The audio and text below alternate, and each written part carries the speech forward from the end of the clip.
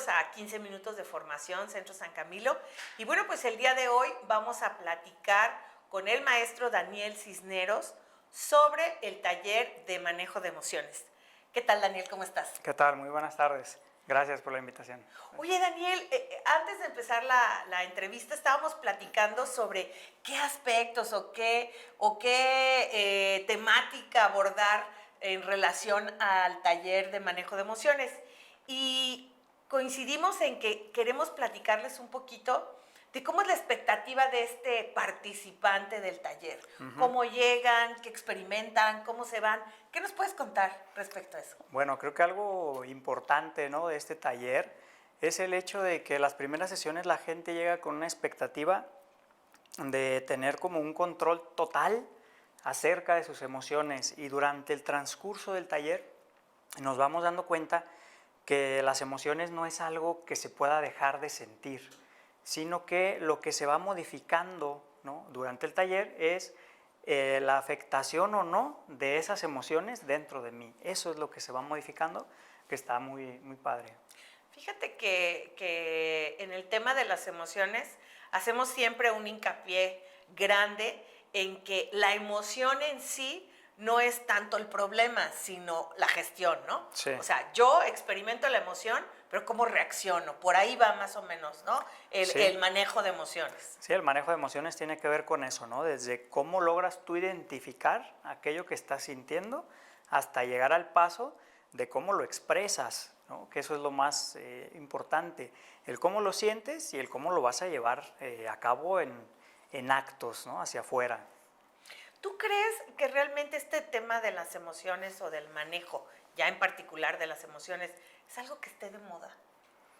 No creo que esté de moda.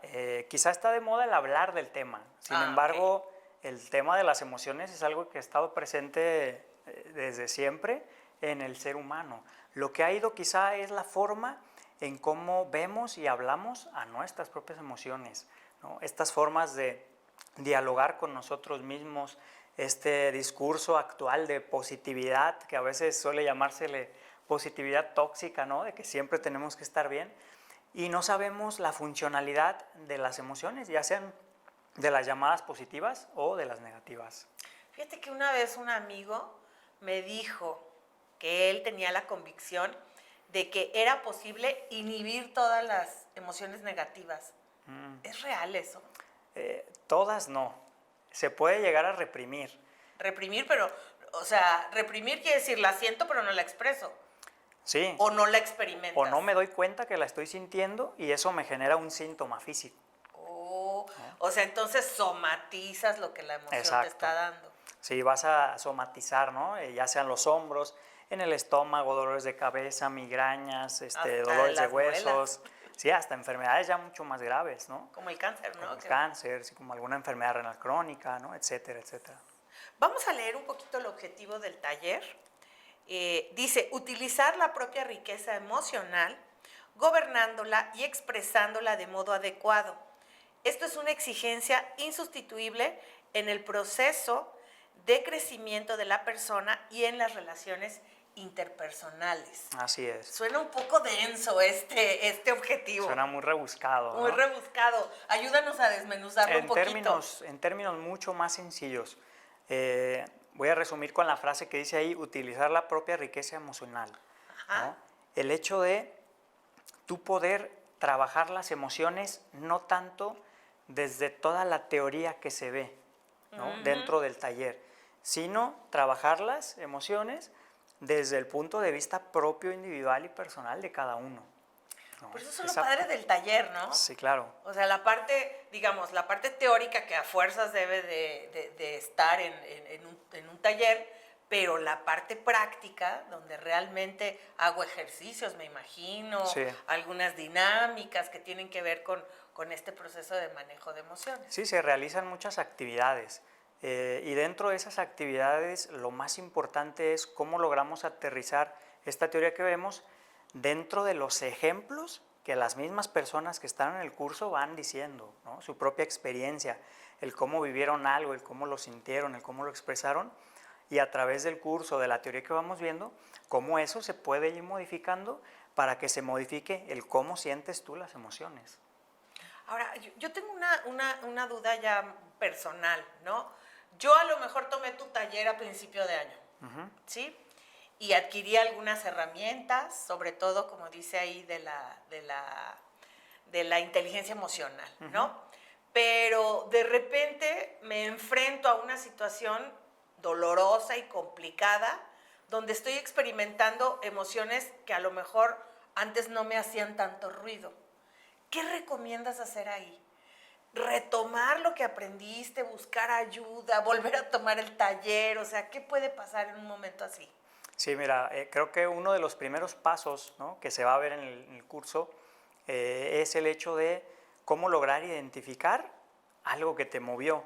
Y hay dos formas de poder identificar eso. Una de manera personal, ¿no?, con una reflexión propia, pero hay a veces que son situaciones con mucha más dificultad, con lo cual ya requiere la ayuda de un especialista, ¿no? Ya puede ser un psicoterapeuta, alguien que te ayude a profundizar más en el tema. Entonces, es ir encontrando esas conexiones de cómo me siento, en qué lugar siento esto, por qué lo estoy sintiendo, bajo qué reacciones de la otra persona, cómo doy yo la respuesta ante esa reacción de la otra persona. Pero es todo el tiempo estar atento a aquello que estoy sintiendo para poder irlo a identificar. Y una vez que lo tengo más claro, ahora sí lo puedo empezar a trabajar. Si no lo tienes claro, es muy complicado trabajar una emoción si no sabes qué sientes. Ahora, ¿a quién le cuesta más trabajo hacer esta identificación de las emociones?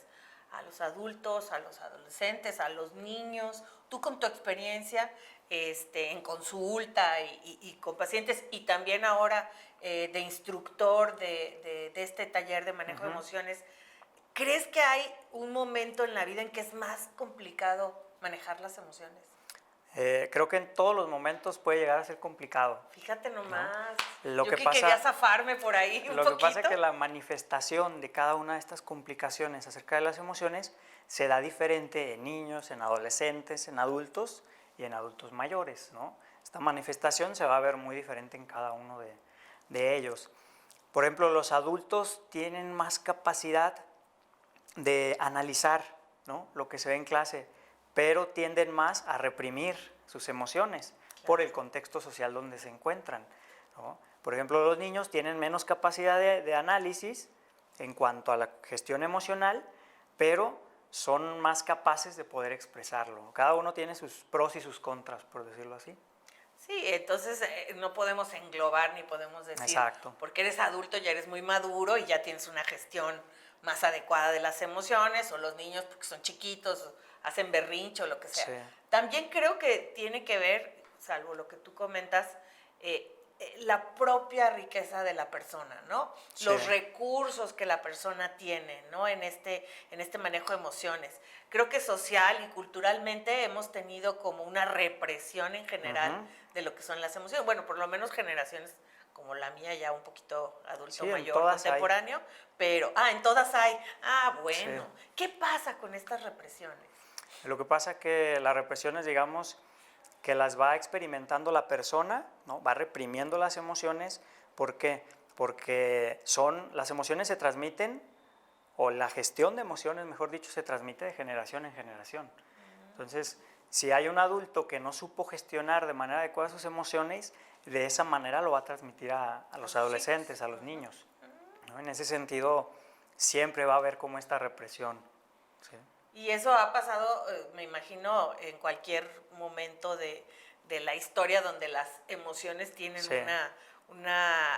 juegan un papel importante, ¿no? En la vida de las personas, en las relaciones interpersonales. Sí, la parte cultural también, que tiene muchísimo peso dentro de la expresión de emociones, ya sea si eres hombre, si eres mujer, si eres niño, si eres niña, si eres abuelo, si eres abuela. Va a depender mucho el hecho de cómo se le permite socialmente a cada uno expresar una emoción, ¿no? Fíjate que ahorita que dices eso de cómo se permite, yo creo que hay herramientas para la expresión de las emociones que muchas veces utilizamos sin darnos cuenta, como el arte, ¿no? Por ejemplo. Sí. Yo yo no sé, me da como la lloradera cuando veo algo en una película. A veces hasta mi hija me dice, mamá, ¿no está triste? Y yo, ¿ah? Porque no sé, yo siento que me permito a mí misma. ¿Qué más nos puedes contar de la experiencia que viven estos participantes de este curso de manejo de emociones? Muchas veces llega uno con una expectativa y sales totalmente distinto, pero además contento, ¿no? Porque te puedes ir hasta emocionado de lo que estás aprendiendo. Sí, lo que me han mencionado más es esta parte de, a través de que van tomando el curso, que son de sesiones, se van dando cuenta de que por ahí tienen cosas no trabajadas, de que por ahí tienen aspectos emocionales que se van desenterrando, ya sea con un ejemplo que escuché de un compañero que me movió a mí algo y entonces yo expreso algo y me doy cuenta que está conectado con otras cosas más profundas. Entonces este taller sirve mucho para eso, para poder reflexionar acerca de ti mismo, de ti misma, pero también para poder aperturarte a un mundo de emociones que poca gente se atreve, ¿no? A partir de aquí algunos ya solicitan el servicio de psicoterapia, ¿no? Para empezar a trabajar eso que les movió dentro del taller.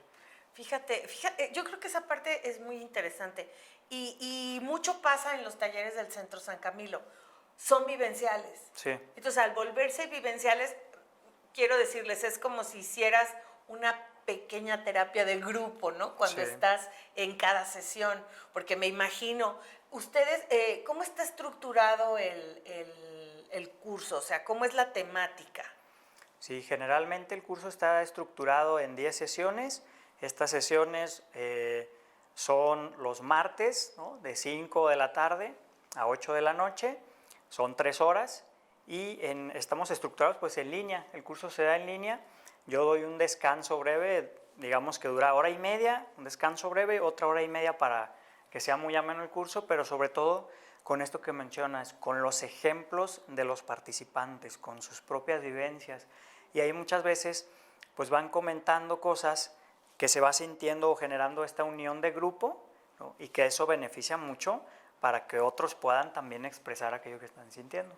Claro, yo me identifico, me siento cómoda, estoy escuchando que este compañero dijo algo o sintió igual que yo cuando pasé X circunstancia y entonces voy haciendo como el trabajo personal, pero a la vez en grupo.